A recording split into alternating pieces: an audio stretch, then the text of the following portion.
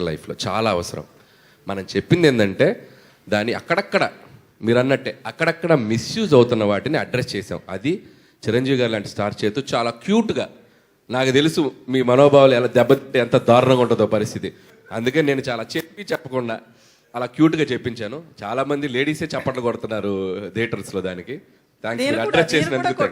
అది చాలా థ్యాంక్స్ మీరు అడ్రస్ చేసినందుకు. సుష్మిత గారు, ఫస్ట్ మీరు మూవీకి సంబంధించి కంటెంట్, ప్రమోషనల్ కంటెంట్ రిలీజ్ చేసినప్పుడు మీ డాడీ మిమ్మల్ని అడిగారు కదా పేరు నిలబెట్టాలి అని చెప్పి.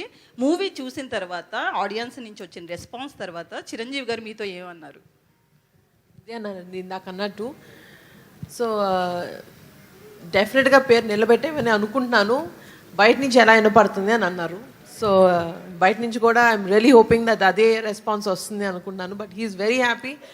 నిలబెట్టావు. అట్లీస్ట్ ఆయన ఏమంటారంటే పని చేసినప్పుడు, సినిమా చేసినప్పుడు అండ్ ప్రాసెస్లో బిజినెస్ చేసినప్పుడు ఏదైతే డెడికేషన్తో చేస్తున్నావో అది ఫుల్ ఫ్లెజ్డ్గా చేయాలి. ఆ తర్వాత ఇంకా ఆడియన్స్కి వదిలేసి it is up to audience how they receive it. But the way you worked, ఆ మెథడ్ చూసి నువ్వు నిలబెట్టుకున్నావు ఆ పేరు అని అన్నారు. సో అనిల్ గారు ఇక్కడ సార్ ఇటు నిన్న రామ్ చరణ్ గారికి సినిమా చూపించారు కదా, ఏమన్నారు సార్? ఎలా ఫీల్ అయ్యారు? ఏంటి అసలుకి? సో రామ్ చరణ్ గారిని నేను చాలా ఎగ్జైటెడ్గా ఫీల్ అయ్యారు ఆయన. సో ఆయన సినిమా అంతా చిరంజీవి గారిని అలా చూస్తూ ఎగ్జైట్ అవుతూ చప్పట్లు కొడుతూ నవ్వుతూ ఎంజాయ్ చేశాను అని అన్నారు. అండ్ చాలా హ్యాపీ ఫీల్ అయ్యారు. చాలా హ్యాపీ ఫీల్ అయ్యారు.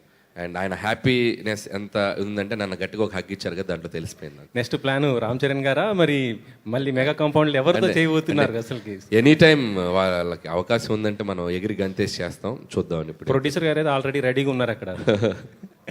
అనిల్ గారు, జీవి గారు, ఇప్పుడు ఈ చిరంజీవి గారి ప్రసాద్ క్యారెక్టర్, చంటబ్బాయి క్యారెక్టర్ని యాజ్ ఇట్ ఈస్గా for modern generation with contemporary ఎంటర్టైన్మెంట్తో చేశారు. అది రెండోసారి చూస్తే కానీ అర్థం కాలేదా? కరెక్ట్, మీ రైటింగ్ కరెక్ట్, 200% రైట్ అండి.